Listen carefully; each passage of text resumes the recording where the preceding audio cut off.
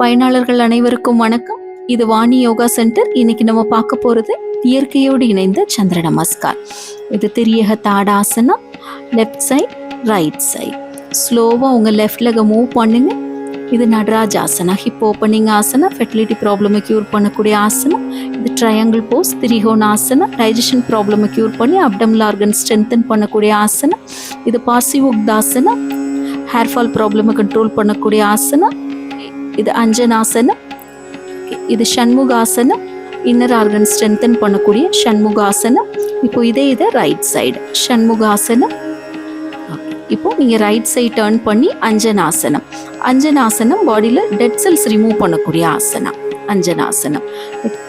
பாசிவோக்தாசனம், belly fat reduce பண்ணி ஹெட்டுக்கு circulation improve பண்ணக்கூடிய ஆசனம். ட்ரையாங்கிள் போஸ், டைஜஷன் ப்ராப்ளமை கியூர் பண்ணக்கூடிய ட்ரையாங்கிள் போஸ்.